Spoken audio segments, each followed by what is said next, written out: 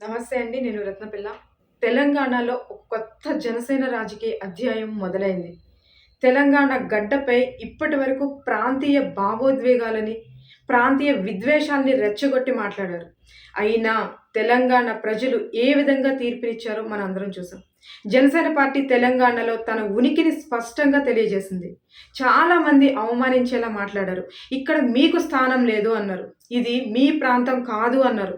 కానీ ప్రజాస్వామ్యంలో ప్రాంతాలు కాదు, ప్రజల విశ్వాసమే ముఖ్యమని ఈ ఎన్నికలు నిరూపించాయి. 2 చోట్ల గెలుపు సాధించడం, చాలా చోట్ల రెండవ స్థానంలో నిలవడం. ఇది చిన్న విషయం ఏం కాదు. ఇది ఓ గొప్ప సంకేతం. ఇది ఆరంభం, అంతం మాత్రం కాదు. ప్రాంతీయ విద్వేషాన్ని రెచ్చగొట్టిన వారు తాత్కాలిక లాభం పొందొచ్చేమో కానీ, దీర్ఘకాలంగా గెలిచేది నిజాయితీ రాజకీయాలే. ఈ మున్సిపల్ ఎన్నికలు అదే సందేశాన్ని ఇస్తున్నాయి మనకి. పవన్ కళ్యాణ్ గారు ఎప్పటినుంచో చెప్తున్న ఒక్క మాట ఏంటంటే, రాజకీయాలంటే కేవలం పదవులు కాదు, బాధ్యతతో కూడుకున్నవి.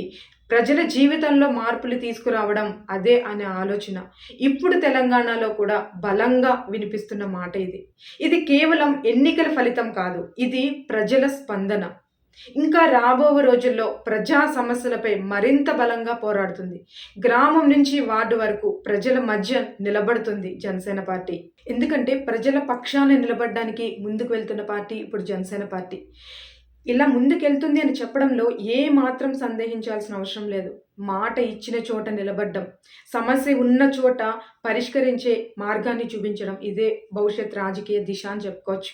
ఇప్పుడు మా ఇద్దరు అభ్యర్థులకి కూడా హృదయపూర్వక శుభాకాంక్షలు తెలియజేస్తున్నాం. మా వీర మహిళ విజయలక్ష్మి గారు, అలాగే సాగర్ గారికి మరింత బాధ్యత పెరిగింది అని చెప్పుకోవచ్చు.